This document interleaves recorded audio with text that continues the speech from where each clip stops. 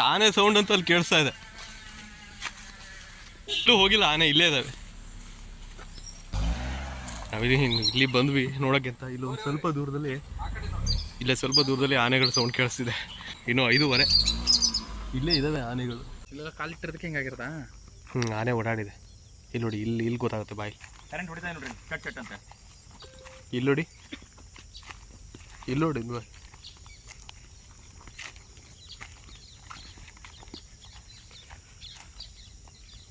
ಆನೆ ಹೋಗಿರೋದು ಹೆಂಗೆ ಹೋಗಿದೆ ನೋಡು. ಎಲ್ಲಿಂದ ಬರ್ತಾವ ಗುರು ಆನೆ? ಶೆಟ್ಟಿಹಳ್ಳಿ ಪಕ್ಕದೇ ಅಲ್ಲ ಕಾಡು. ನಾನು ಹೇಳಿ ಟ್ರಂಚ್ ಯಾವುದು ಅಂತ ಹಂಗಾರೆ. ಟ್ರಂಚ್ ಮುಂದಿರೋದು. ನಮಸ್ತೆ. ಆನೆ ಹೆಂಗೆ ಹೋಗಿದೆ ಕೆಸರು ಗದ್ದೆ ಮಾಡಕ್ಕೆ. ಪಾಪ ಇವ್ರಿಗೆ ಇದು ಕೊಯ್ಯೋಕ್ಕೂ ಬರಲ್ಲ, ಇದು ಎದಕ್ಕೂ ಬರಲ್ಲ. ಆನೆ ಓಡಾಡಿದ್ರೆ ಎಷ್ಟು ಲಾಸ್ ಅಂದರೆ, ಇದು 2 ಸರಿ ಓಡಾಡಿಬಿಟ್ರೆ ಸಾಕಿದೆ ನೆಲಸಮ ಅಷ್ಟು.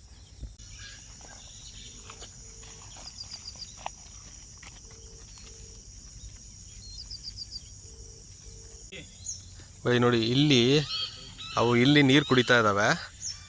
ಇಲ್ಲಿ ನೀರು ಕುಡಿದ್ಬಿಟ್ಟು ಇಲ್ಲಿ ಹತ್ಬಿಟ್ಟು ಇಲ್ಲಿ ಆನೆಗಳು ಹೋಗಿದ್ದಾವೆ. ಆನೆಗಳು ಈ ಭಾಗದಲ್ಲಿ ಹೋಗಿದೆ.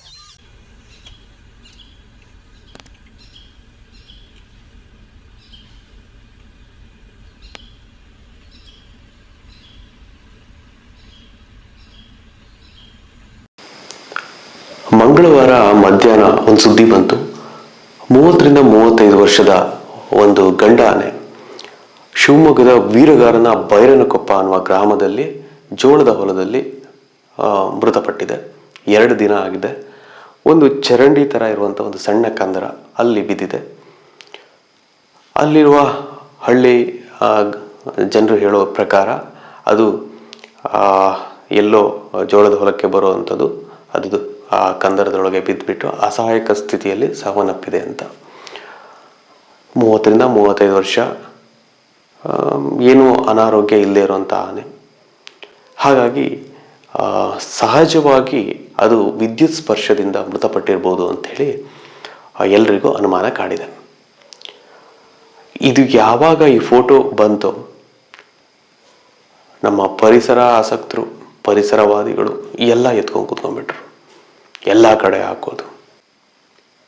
ಯಾರ್ಯಾರೋ ರಾಜಕಾರಣಿಗಳು ಇರಬೇಕಾದ್ರೆ ಸುಮ್ಮನೆ ಇದ್ದಂಥವ್ರು ಹಿಂದೆ ಆಗಿರುವ ಸಮಸ್ಯೆಗಳನ್ನು ಹಾಗೇ ನೋಡ್ಕೊಂಡು ಬಿಟ್ಟು ಈಗ ಪರಿಸರ ಕಾಳಜಿ ಅಂಥವರೆಲ್ಲ ಬಂದ್ಬಿಟ್ಟು ಅವರದ್ದೇ ಆದಂತಹ ವ್ಯಾಖ್ಯಾನಗಳಲ್ಲಿ ವಿಶ್ಲೇಷಣೆ ಮಾಡೋಕ್ಕೆ ಶುರು ಮಾಡಿದ್ರು.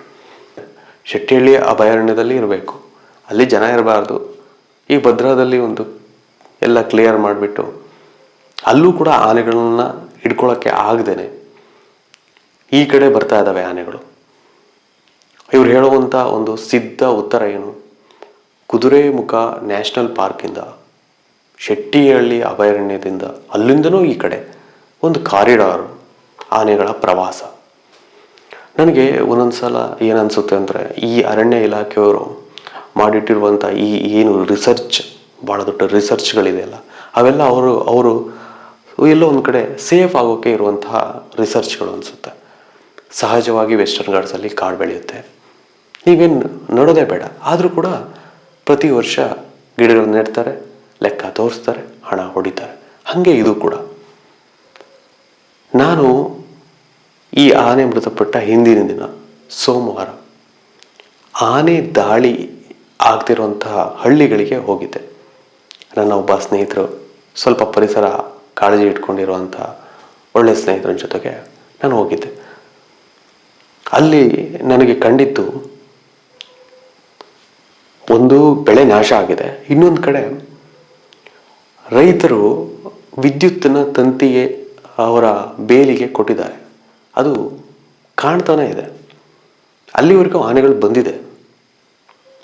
ಕೆಲವು ಕಡೆ ನಾವು EPT ಅಂತ ಏನು ಕರಿತೀವಿ, ಎಲಿಫೆಂಟ್ ಪ್ರೂಫ್ ಟ್ರೆಂಚ್ ಅಂತ ಅಗಳ ಏನು ಹೊಡೆದಿರ್ತಾರೆ, ಅದೆಲ್ಲ ಬಂದುಬಿಟ್ಟು ಹಾದಿ ಮಾಡ್ಕೊಂಡಿದ್ದಾರೆ. ಅಲ್ಲ, ಅವ್ರನ್ನ ನಾವು ಬ್ಲೇಮ್ ಮಾಡೋಕ್ಕಾಗುತ್ತಾ? ಈಗ ಭದ್ರಾದಲ್ಲಿ ಆಹಾರ ಇಲ್ಲ, ಈ ಕಡೆ ಶೆಟ್ಟಿಹಳ್ಳಿಯಲ್ಲೂ ಇಲ್ಲ, ಅವುಗಳಿಗೆ ಬೇಕಾಗಿರುವಂಥ ಆಹಾರ ಇಲ್ಲ. ವೀರಗಾರನ ಬೈರನಕೊಪ್ಪದಲ್ಲಿ ಆನೆ ಮೃತಪಟ್ಟು ಅಲ್ಲಿರೋರು ಯಾರೋ ಒಬ್ಬ ರೈತನ ಮೇಲೆ ಕೇಸ್ ಹಾಕ್ತಾರೆ. ನೀವು ಅಭಯಾರಣ್ಯದ ಒಳಗಡೆ ಒಬ್ಬ ರೈತ ಹೋಗಿ ಸತ್ತರೆ ಅದಕ್ಕೆ ನೀವು ಕಂಪನ್ಸೇಷನ್ ಕೊಡಲ್ಲ. ಇನ್ಮೇಲೆ ಇನ್ನು ಆನೆಗಳು ಹೊರಗಡೆ ಬಂದುಬಿಟ್ಟು ರೈತರ ಭೂಮಿಯಲ್ಲಿ ಬಂದುಬಿಟ್ಟು ಮೃತಪಟ್ಟರೆ ಹೆಂಗೆ ನೀವು ದೂರ ಮಾಡ್ತೀರಾ?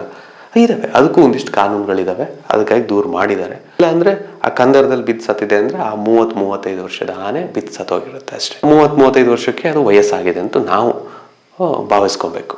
ಇದೇ ವೈಲ್ಡ್ ಲೈಫ್ ವ್ಯಾಪ್ತಿಯಲ್ಲಿ ಹಿಂದೆ ಇದ್ದಂಥ DCF ಏನು ಮಾಡಿದರು? ಜನಗಳಿಗೆ ಅವೇರ್ನೆಸ್ ಇಲ್ಲ. ಇವರಿದು ಅನುದಾನ ಬಂದಿರೋದನ್ನ ಜನರಿಗೆ ಅವರಿಗೆ ವನ್ಯಜೀವಿಗಳನ್ನ ತಡೆಯೋಕ್ಕೆ ಆಗಲ್ಲ. ನಾನು ಹಿಂದಿನ ಅಧಿಕಾರಿಗಳದ್ದು ಕೇಳಿದ್ದೀನಿ. ಈಗ ಇವರು ಬಂದಾಗ ತಕ್ಷಣಕ್ಕೆ ಆನೆಗಳನ್ನು ತಡೆಗಟ್ಟೋಕ್ಕಾಗಲ್ಲ. 2-3 ವರ್ಷ ಆಯ್ತೇನೋ, 3 ವರ್ಷದ ಹತ್ತತ್ರ ಬಂತು.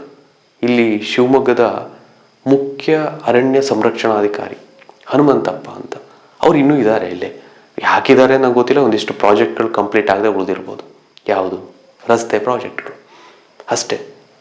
ನಾನು ಜರ್ನಲಿಸ್ಟ್ ಆಗಿ ಕಂಡಿರುವಂಥ ಸತ್ಯಗಳು. ಪರಿಸರಾಸಕ್ತರು ಆಸಕ್ತಿ ಬರೀ ಹೆದ್ದಾರಿಗಳನ್ನು ಉಳಿಸೋದು ಅಷ್ಟೇ ಅಲ್ಲ. ವೀರಗಾರನ ಬೈರನಕೊಪ್ಪ ಏನಿದೆ ಅದು ನಿಮಗೆ ಶೆಟ್ಟಿಹಳ್ಳಿ ಅಭಯಾರಣ್ಯದಿಂದ ಸುಮಾರು 10 ಕಿಲೋಮೀಟರ್ ದೂರ ಆಗಿದೆ. ನೀವು ಬಫರ್ ಝೋನ್ ಅಂತ ಹೇಳ್ಕೊಂಡ್ಬಿಟ್ರು ಅದು ಬರಲ್ಲ. ಹೆಂಗೆ ಬಂತು ಆನೆ ಇಲ್ಲಿಗೆ? ಬರ್ತಾ ಇದ್ದಾವೆ. ಲಾಸ್ಟ್ ಇಯರು ನಿಮಗೆ ಈ ಥರ ಈ ಹೆದ್ದಾರಿಯನ್ನು ದಾಟಿ ಬಂದು ಶಿಕಾರಿಪುರ ತಾಲೂಕಿನಲ್ಲಿ ಲೂಟಿ ಮಾಡಿದ್ದಾರೆ. 1 ತಿಂಗಳು ಈ ಅಧಿಕಾರಿಗಳೆಲ್ಲ ಅವೆಲ್ಲ ಪರಿಕರಗಳನ್ನು ಕುಟ್ಕೊತ ಪಟಾಕಿ ಹಾರಿಸ್ಕೊತ ಹೈವೇಲಿ ಓಡಾಡಿದ್ದಾರೆ. 1 ತಿಂಗಳು ನಂತರ ಹೋದು. ಏನು ಡಿಸೆಂಬರ್ ಒಳಗೆ ಅಂತೂ ಯಾವ ಕೂಡ ಮತ್ತೆ ಭದ್ರಾಕ್ಕೆ ಹೋಗಲ್ಲ. ವರ್ಷಕ್ಕೆ ಬೆಳೆದಿರುವಂಥ ಅವರ ಪೈರು ಕಣ್ಣು ಮುಂದೆನೇ ನಾಶ ಆಗ್ತಿದ್ರೆ ಯಾರು ಕೊಡ್ತಾರೆ? ಹಾಗಾಗಿ ಅವರು ಫೆನ್ಸಿಂಗ್ ಮಾಡ್ತಿದ್ದಾರೆ, ಅವರೇ ಮಾಡ್ಕೊತಿದ್ದಾರೆ. ಇವ್ರದ್ದೇನು ಅನುದಾನ ಏನು ಬರೋದಿಲ್ಲ. ಇವ್ರ ರೈತರವರೆಗೂ ಮುಟ್ಟೋದೇ ಇಲ್ಲ ಅನುದಾನ. ಇವರು ಯಾವುದ್ರ ಕನ್ಸ್ಟ್ರಕ್ಷನ್ ಹೊಸದು ಮಾಡೋಕ್ಕೆ ಅಡ್ಡಿಲ್ಲ. ಅದು ನಿರ್ವಹಣೆನೂ ಇರಲ್ಲ. ಏನು ಮಾಡಿದ್ರು? ಒಂದು ಫೋಟೋ ಹಾಕಿದಾಗ ರೈನ್ಲ್ಯಾಂಡಲ್ಲಿ ಕೆಲವು ಸ್ನೇಹಿತರು ಕೇಳಿದ್ರು, ಏನು ಪರಿಹಾರ ಮತ್ತೆ? ಹಾಗಾದರೆ ಪರಿಹಾರ ಏನಿಲ್ಲ. ಇಲ್ಲಿನ ಜನರ ಜೊತೆಗೆ ಆ ಪ್ರಾಣಿಗಳನ್ನು ನಾವು ಹತೋಟಿಗೆ ಇಟ್ಕೊಳ್ಳುವಂಥ ಕೆಲಸ ಇದೆ. ಇದು ಜನರೇ ಬೇಡ, ಜನರು ಇರಬಾರ್ದು, ಎಲ್ಲೂ ಇರಬಾರ್ದು ಅಂತಂದರೆ ಈಗ ಇಲ್ಲದೆ ಇರುವಂಥ ಜಾಗದಲ್ಲಿ ಈಗ ಏನು ಆನೆಗಳು ಸಾಯ್ತಾ ಇಲ್ವಾ? ಈ ಭದ್ರಾ ವೈಲ್ಡ್ ಲೈಫಲ್ಲಿ ಯಾರು ಜನನೇ ಇಲ್ಲಲ್ಲ. ಅಲ್ಲಿ ಭದ್ರಾ ಟೈಗರ್ ರಿಸರ್ವಲ್ಲಿ ಆ ಆಸ್ಪಾಸಲ್ಲಿ ಸಾಯ್ತಾ ಇಲ್ವಾ? ಜನರನ್ನ ಒಕ್ಕಲೆಬ್ಸೋದು, ಅವರಿಗೆ ಪ್ಯಾಕೇಜ್ ಘೋಷಣೆ ಮಾಡೋದು, ಅಲ್ಲೊಂದಿಷ್ಟು ಏನೋ ಮಾಡ್ಕೊಳ್ಳೋದು ಅಷ್ಟಕ್ಕೆ ಸೀಮಿತ ಆಗಬಾರ್ದು. ಶಿವಮೊಗ್ಗದ ಒಂದು ಪ್ರಖ್ಯಾತ ಒಂದು ರೆಸಾರ್ಟ್, ಎಲ್ಲ ರಾಜಕಾರಣಿಗಳು ಬಂದು ಉಳಿಯುವಂಥ ರೆಸಾರ್ಟ್, ಅದರದ ಅಭಿವೃದ್ಧಿ ವಿಸ್ತಾರ ಆಗ್ತಾ ಇದೆ. ಹೆಂಗಾಗ್ತಿದೆ ಅಂದರೆ ಈಗೇನು ಆನೆಗಳು ಬಂದು ಹೋಗಿದ್ದೀವ ಆ ಸ್ಥಳಕ್ಕೆ ಬಂದು ನಿಂತಿದೆ. ಇಲ್ಲಿ ಜನರನ್ನು ಒಗ್ಗೂಡಿಸ್ಕೊಂಡ್ಬಿಟ್ಟೆ ನಾವು ಪರಿಸರವನ್ನು ರಕ್ಷಣೆ ಮಾಡ್ಕೊಬೇಕು. ಜನರಿಗೆ ನಾವು ಅವೇರ್ನೆಸ್ ಮೂಡಿಸ್ಬೇಕು. ಮತ್ತು ಅವರಿಗೆ ಅಗತ್ಯವಾಗಿ ಇರುವಂಥದ್ದು ಅವರ ಬೆಳೆಗಳಿಗೆ ರಕ್ಷಣೆ ಕೊಡುವಂಥ ಕೆಲಸವನ್ನು ಡಿಪಾರ್ಟ್ಮೆಂಟ್ ಮಾಡಬೇಕು. ಎಲ್ಲೆಲ್ಲಿ ಆನೆಗಳು ಓಡಾಡ್ತವೆ ಅಲ್ಲೆಲ್ಲ ತಡೆಯನ್ನು ಮಾಡಬೇಕಾಗಿದೆ. ಜೊತೆಗೆ ಅವುಗಳಿಗೆ ಆಹಾರ ಪೂರೈಕೆ, ಒಳಗಡೆ ಏನು ಬೇಕಾದರೆ ನಮ್ಮ ರೈತರೇ ಒಂದಿಷ್ಟು ಕಬ್ಬು ಗಿಬ್ಬ ತಗೊಂಬಂದು ಹೋಗಿ ಅಲ್ಲಿ ಹಾಕ್ಬಿಡಿ ಅಂತ. ನೀವು ಎಲ್ಲಿ ಐಡೆಂಟಿಫೈ ಮಾಡ್ತೀರಾ ಆನೆಗಳೆಲ್ಲರೂ ಹಿಂಡಿದೆಯಾ ಅಂತ? ಇವ್ರ ಹಿಂಡು ಎಲ್ಲಿದೆ ಅಂತ ಇವ್ರಿಗೆ ಗೊತ್ತೇ ಇರೋಲ್ಲ. ನೋಡಿ, ಈ ಗುಡ್ಡದಾರಕೆರೆ ಭಾಗದಲ್ಲಿ ಆನೆಗಳು ಏನು ಮಾಡ್ತವೆ ಅಂದರೆ 7ರಿಂದ 8 ಗಂಟೆಗೆ ನನಗೆ ಹೋದಾಗ ಸೌಂಡ್ ಕೇಳ್ತವೆ. ನಾನು 5:15 ಸೌಂಡ್ ಕೇಳಿದೆ, ನಾನು ಹೆದರ್ಕೊಂಡೆ. 7ರಿಂದ 8 ಸಮಯಕ್ಕೆ ಬರ್ತವೆ, ಎಲ್ಲ ತಿನ್ಕೊಳ್ತವೆ, ಮತ್ತೆ ಹೋಗಿ ಕಾಡಲ್ಲಿ ಇರ್ತವೆ. ಅವರಿಗೇನು ಕಾಡಲ್ಲಿ ಅಭಯಾರಣ್ಯದಲ್ಲಿದ್ದಾವೆ, ನಾವೇ ಹೆಂಗೆ ಓಡಿಸೋಕ್ಕಾಗುತ್ತೆ? ಈಗ ಶೆಟ್ಟಿಹಳ್ಳಿ ಅಭಯಾರಣ್ಯದ ಒಳಗಡೆ ಹೋಗಿಬಿಟ್ಟು ಮಲಿಬಿಟ್ರೆ ಅವುಗಳ ಜಾಗ, ಅದು ನಿಷೇಧಿತ ಪ್ರದೇಶ. ಅಲ್ಲಿಂದ ಎಲ್ಲಿ ಓಡಿಸ್ತೀರಾ? ಅದನ್ನು ತಗೊಂಡ್ಬಿಟ್ಟು ಮತ್ತೆ ಈಗ ಭದ್ರಕ್ಕೆ ಹೋಗೋಕ್ಕಾಗಲ್ಲ. ಅಲ್ಲಿ ತುಂಗಾ ನದಿ ಹರಿತಾ ಇದೆ ಫುಲ್ಲು. ಭಾಳ ದೊಡ್ಡ ವಿಸ್ತಾರವಾದಂಥ ಅಭಯಾರಣ್ಯ ಏನಲ್ಲ.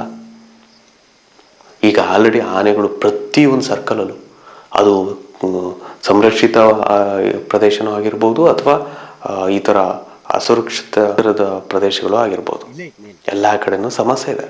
ಫಸ್ಟ್ ನಮ್ಮ ಫಾರೆಸ್ಟ್ ಮಿನಿಸ್ಟರ್ ಇದಕ್ಕೆ ಒಂದು ಗಂಭೀರವಾದಂಥ ಒಂದು ಚಿಂತನೆ ಮಾಡಬೇಕು. ಆನೆಗಳ ತಡೆಯಕ್ಕೆ ಯಾವ ನಿಷೇಧಿತ ಪ್ರದೇಶದಲ್ಲೂ ನಿಮ್ಮ ಆನೆಗಳೇ ಉಳಿತಿಲ್ಲಲ್ಲ, ಎಲ್ಲ ಕೂಡ ರೈತರ ಬೆಳೆಯನ್ನು ಅರಸ್ಬರ್ತಿದ್ದಾವೆ. ಅವಕ್ಕೆ ರುಚಿ ಅಷ್ಟೇ.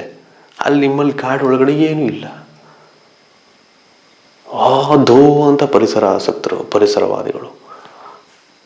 ಆನೆ ಮೃತಪಡ್ತು. ಯಾರಾದರೂ ಸ್ಥಳಕ್ಕೆ ಹೋಗಿರುವಂಥ ಪರಿಸರವಾದಿಗಳು ಯಾರು ಹೋಗೋಕ್ಕಾಗತ್ತಾ?